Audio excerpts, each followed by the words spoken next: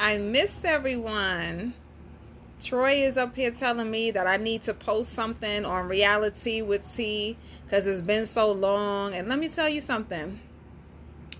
The editing that it takes to put up a YouTube video, it just takes way too much time out of my day, my night, everything with the two kids. And I just wanted to go on live to talk about very candidly how having a toddler and a young kid is kicking my behind at the moment. I rarely get good sleep. I rarely get to complete a sleep. I rarely get to complete a sentence. Here they come right now. I actually I caught up on the reality shows that I talk about, but I'm always so late and behind. I'm like, okay, it makes no sense to sit down and try to edit a video and post it and everything. But hi Valencia. Hi Mr. Roberson. Hi. Yeah, so Troy was like, just get on and talk about anything. So I'm like, well, I just have to talk about what's going on with me now. I'm actually off for the summer, but I just don't get sleep because now I'm at a point where I don't know if this is a sleep regression. I don't know what it is, but I know that the little one wakes up. Well, she doesn't go to sleep now until about 10 or 11 o'clock. She takes a really long nap in the middle of the day, which seems like you would be like, okay, just keep her up, right? But sometimes you just kind of need that. If she's home all day, you kind of need her to fall asleep for a little bit so you can get something done. And, yeah, they see you. Say hi. Hi. So she's up until 10 or 11. And so what we used to do was put her to bed, put her in a crib, and then she would just kind of like cry. But she started recently climbing out of the crib. So that made me so nervous that she's going to crawl out and hit her head. We just got rid of the crib. I gave it to somebody. And I've actually been giving away a lot of stuff. We have to clear out my terrace right now, which has been our storage. And so I'm now a part of this Buy Nothing group in Harlem. Well, it's really supposed to be where you live, but basically you can just give away stuff. You post stuff and people that need it say that they want it, and then you just give it away to them for free. So I just came back from dropping off stuff that other people can use, which is awesome. So now we have to put together her toddler bed. So she actually sleeps best on the floor. So I just put her crib mattress on the floor and she falls asleep there fine. The issue is that she'll wake up and walk around the house in the middle of the night. So I don't ever sleep good because you keep kind of waking up to make sure she's not randomly in the bathroom or just doing something crazy. So I don't get sleep there. And then she also wakes up and has night terrors sometimes. And night terrors are when kids, and this happened to Liana too. For adults, it's kind of like when you feel like you're falling when you first fall asleep and you kind of like jump and wake up. For kids, it's a little bit different. It's like they wake up in a way, but they're still sleeping. But they'll just be like screaming, crying, or like having what seems like a tantrum.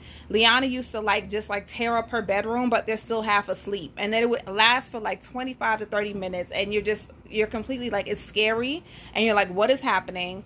And you're just trying to hold them if you can.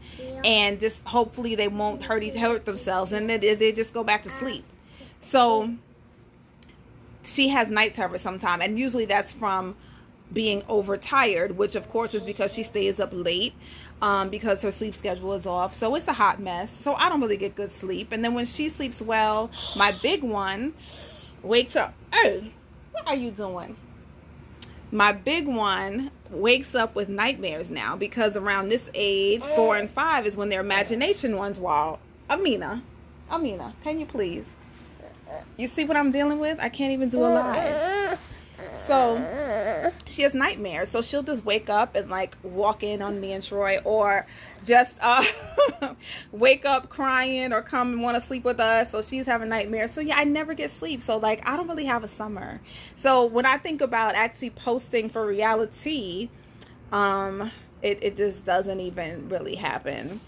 Also recently I've been watching Restaurant Impossible, which is an awesome show and it's so addictive. They actually told me that I streamed it too much, so I couldn't even finish watching it.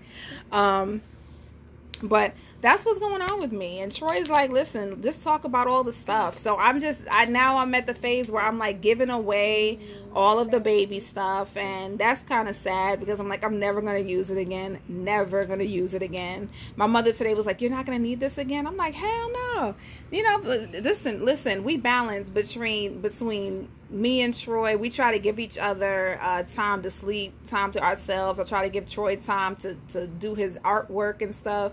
He tries to give me time to watch my reality shows. Oh my God, she's in the nail polish. Like it's literally constantly something going on. No, yeah, we definitely don't have the energy, time, money, space, or anything for any more kids. So yeah, I'm giving away all the baby stuff, and you barely need any toddler stuff because she is now at the point where she's doing everything that Liana does. So she doesn't sit in a high chair anymore. She sits at the table, which is completely crazy, even though it's like a child's table. Like she's just up and she's crawling on the table. She's standing on the table. She's damn near jumping off the chairs because she's not ready for a table, but she won't sit in a high chair because Liana's not in a high chair. So everything that Liana is ready for that she's not, we still have to allow her to do. And then everything that Liana has grown out of that the baby does, we have to allow Liana to do because she is jealous or she feels left out or that she's still a baby or whatever it is.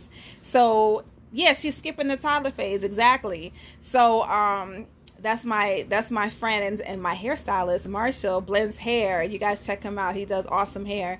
So it's like she's still in the toddler phase but doesn't want to be, and Liana's completely out of the toddler phase and wants to go back.